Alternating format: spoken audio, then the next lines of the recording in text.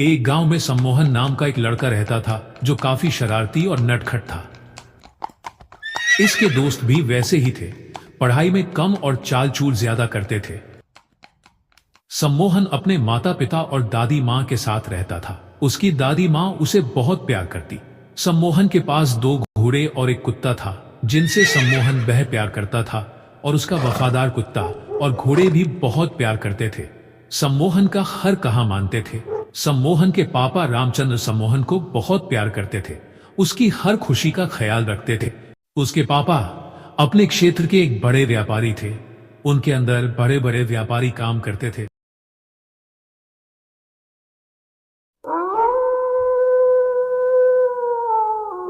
रात के 2 बज रहे थे, तभी सम्मोहन के दोस्त का फोन आता है। यार नींद नहीं आ रही है, चलो कहीं घूमने चलते हैं। तू पागल तो नहीं हो गया है? रात के 2 बज रहे हैं, तुम घूमने की बात करते हो? अबे यार, तुमको पता नहीं है रामू काका कहीं काम से गए हुए हैं। चल उनके तालाब में मछलियां पकड़ते हैं। इतना सुनते ही सम्मोहन धीरे धीरे पैर दबाकर घर से निकलता है। सब सो गए थे। सम्मोहन अपने घोड़े राजू को काफी रफ्तार में लेकर जाता है।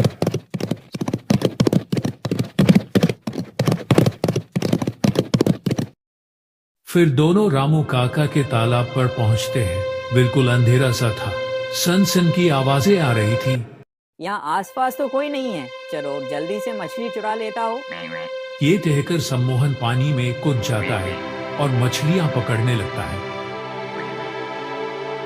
तभी वह दोनों वहीं बैठकर मछलियों के साथ खेलने लगते हैं। फिर अचानक से उन्हें लगता है उनके पीछे कोई खड़ा है, मगर वहां कोई नहीं होता है। वह दोनों वहां से तुरंत निकल जाते हैं, मगर कोई था जो उनका पीछा कर रहा। इसी तरह वह डरते डरते घर पहुंच जाते हैं। भाई आज के बाद से हम रात को कभी बाहर नहीं जाएंगे। भाई तुम सही कह रहे हो, चलो अब सो जाते हैं।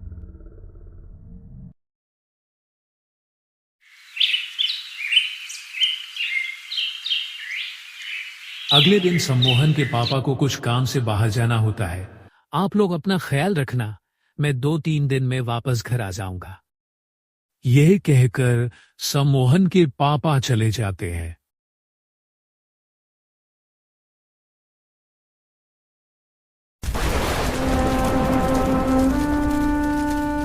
उस रात सम्मोहन के दोस्त असलम बहुत दुखी था, क्योंकि उसके पापा की तबीयत बहुत खराब थी। डॉक्टर 20 लाख का इलाज बता रहा था। वो सम्मोहन से ही बात कर रहा था। असलम यार, तुम टेंशन क्यों ले रहे हो मेरे होते हुए? मैं अभी अपने पापा से बात करता हूँ, तुम्हारे पापा बिल्कुल ठीक हो जाएंगे। सम्मोहन को असलम के पापा की चिंता सताने लगी।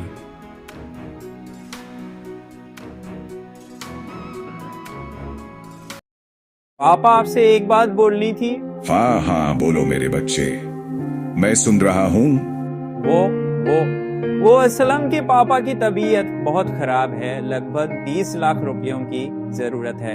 अच्छा अच्छा, ओ तुम्हारा दोस्त असलम, ठीक है, मैंने तुम्हारी मम्मी को पैसे रखने को दिए हैं, उससे मांग लो। थैंक यू पापा, मुझे पता था कि आप मना नहीं करेंगे।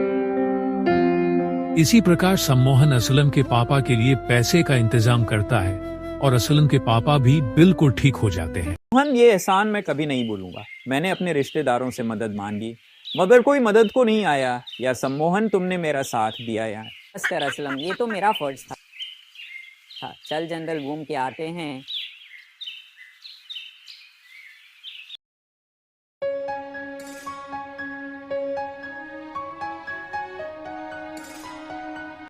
अगले रात सम्मोहन के पापा घर ही लौट रहे थे कि अचानक से उनकी गाड़ी को किसी ने ट्रक से टक्कर दे दी। काफी दिन बीत गए, अभी सम्मोहन के पापा का एक भी फोन नहीं आया, फोन भी बंद आ रहा था। इस बात की चिंता सबको सताने लगी, घर में उदासी छा गई, क्योंकि उसके पापा को एक बड़े और सुनसान जंगल जिसमें खूंखार जानवर और डाकुओं का एक समूह रहता था।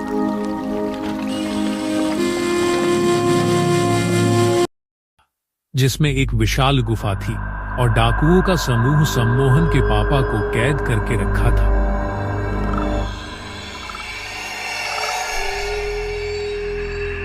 यह खबर सम्मोहन के परिवार को पता नहीं थी कि उनके पिता को डाकुओं ने अंधेरी गुफा में कैद करके रखा हुआ है। बहुत दिन बीत गए, सम्मोहन के पापा से एक भी बात नहीं हो पाई। तो फिर सम्मोहन और उसका दोस्त असलम ने यह निर्णय लिया कि वह पहाड़ी वाले बाबा के पास जाएंगे और जाकर उनसे अपने पिता की जानकारी लेंगे कि वह कहां पर है।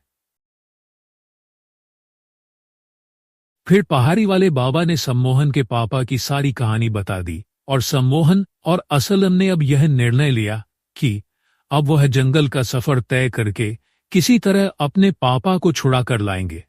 सम्मोहन और असलम को यह पता था कि अगर वह घर से जंगल जाने की इजाजत मांगेंगे तो घर वाले मना कर देंगे। वह दोनों घर में एक खत डालकर चले जाते हैं कि वह जंगल से तब तक वापस नहीं आएंगे जब तक वह अपने पापा को ढूंढ नहीं लेते। इसी प्रकार वह दोनों सुनसान जंगल में अपने पापा की तलाश में चलते रहते हैं। दूर दूर तक कोई दिखाई नहीं देता और जब वह जंगल के बीचों बीच पहुंच जाते हैं तो वहां नदी के किनारे एक बुढ़िया बकरी चराती हुई मिलती है। वह बुढ़िया उनसे पूछती है, तुम लोग यहाँ क्या कर रहे हो?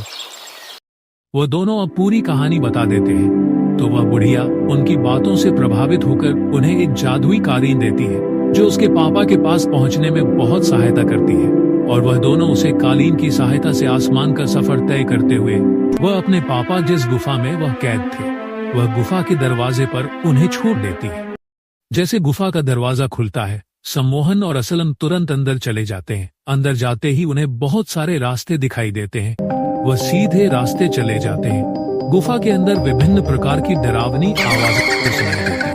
वह डर जाते हैं। डरते वह गुफा की काफी अंदर पहुंच जाते हैं। परंतु उनके पापा दिखाई नहीं देते हैं। गुफा के अंदर एक भी डाकू नहीं थे। लगता था सारे डाकू बाहर लूटने गए हुए थे। सम्मोहन और असलम ने सोचा यह अच्छा मौका है, जल्दी से पापा को ढूंढकर यहाँ से निकाल लेते हैं। परंतु उनके पापा दूर दूर तक कहीं दिख ही नहीं रहे थे, शिवाय डरावनी आवाजों के अलावा। ऐसा लग रहा था कि कहीं किनारे बैठा हुआ कोई रो रहा हो। परंतु उन्हें अचानक से यह याद आता है कि बुढ़िया ने उन्हें एक नुकीला पत्थर दिया है। उस पत्थर को उन्होंने जमीन में फेंका तो वह पत्थर उन्हें सही रास्ता दिखाने में मदद करता है। फिर वह पत्थर के बताए हुए रास्ते पर लगातार चलते रहते हैं।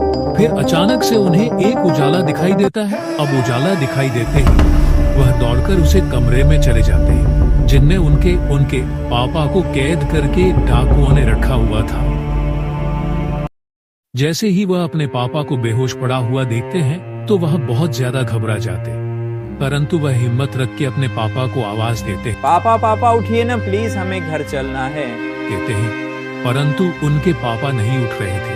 फिर असल ने पानी की कुछ बूंदें डाली तो उनके पापा को होश आया। फिर इसी तरीके से हिम्मत करते करते वह अपने पापा को गुफा से बाहर निकलने लगते। न जाने कब डाकू का समूह गुफा में अंदर आ जाता। इससे पहले उनको उसे गुफा से बाहर निकालना पड़ता है। फिर अंत में तीनों लोग बाहर निकल ही जाते। फिर गुफा के बहुत दूर आने के बाद तीनों लोग एक पेड़ के नीचे थोड़ा आराम करने के लिए बैठ जाते हैं और अपने पापा से पूरी कहानी पूछते हैं, कैसे हुआ ये सब। फिर सम्मोहन जादुई कालीन खोलता है और तीनों लोग कालीन पर सवार होकर आसमान का सफर तय करते हुए घर के लिए रवाना हो जाते हैं। वैसे तो सम्मोहन और उसके दोस्त असलम ने कभी आसमान का सफर नहीं तय किया था। आज उसने जादुई कालीन से आसमान का सफर तय करके वह दोनों को बहुत अच्छा लग रहा था। एक तरफ उनके पापा के मिल जाने की खुशी थी और दूसरी तरफ उनका ये अद्भुत सफर तय करने की खुशी थी। इतना लंबा सफर तय करने के बाद दोबारा सम्मोहन अपने घर आ जाते हैं। घर में लोग बहुत परेशान थे। ऐसे ही सम्मोहन पापा को देखते हैं तो वह लोग बहुत खुश हो जाते हैं और सम्मोहन की दादी के चेहरे पर खुशी छा जाती है। फिर सब लोग साथ बैठकर बातें करने लगते हैं। फिर सम्मोहन के पापा कहते हैं, हाँ तो सुनो मेरी कैदी कहानी। जब मैं अपना काम खत्म करने के बाद वापस घर आ रहा था तो उस रात अजीब सा अंधेरा था। जहां दिन रात लाइटें जलती रहती थी वहां उस रात अंधेरा था। तो मैंने गाड़ी की रफ्तार बिल्कुल तेज कर ली। फिर अचानक से एक बड़ा ट्रक आया और मेरी गाड़ी को टक्कर दे दिया। उसके बाद मेरी गाड़ी खाई में गिर गई। मगर मेरी आंख खुली तो मैं रोड पर ही था। तो वहां कुछ डाकुओं का समूह मेरे पास आया और मुझे उठा करके अंधेरे जंगल के बीचों बीच एक खतरनाक और डरावनी खौफनाक गुफा के अंदर मुझे ले गए। और गुफा के बिल्कुल बीचों बीच जहां कोई आ नहीं सकता वहां मुझे कैदी बना दिया गया। डाकू का समूह रात भर गांव और शहर को लुटाता और रात में गुफा में आराम करता। इसी तरीके से चलता रहा। फिर सम्मोहन और असलम पता नहीं किस तरीके से मेरे पास आए और मुझे वहां से लिवाकर किसी तरह बाहर निकाला। मेरी हालत बिल्कुल खराब थी। फिर हमने कुछ देर वही आराम किया। फिर जादुई कालीन की सहायता से हम आसमान का सफर तय करते हुए घर तक आज पहुंचे। आज मेरी इतनी जिंदगी गुजर गई मगर मैंने कभी इतना वफादार दोस्त नहीं देखा। क्योंकि असलम अपनी जान की परवाह न करते हुए वह सम्मोहन के साथ मेरी तलाश में जंगल के बीच का सफर तय किया। रात दिन चलते रहे और मुझे ढूंढ निकाला। इसलिए मैं अपनी एक बड़ी फैक्ट्री असलम के फ्यूचर के लिए दे देता हूँ। सम्मोहन और असलम के संघर्ष से उनके पिता बहुत प्रभावित हुए। असलम को भी अपने माता पिता से मिले हुए काफी दिन हो जाते हैं। वह भी सबको अलविदा करके अपने माता पिता के घर चला जाता है। तो यह कहानी हमें यह प्रेरणा देती है कि हमें हमेशा ईमानदारी और वफादारी से रहना चाहिए।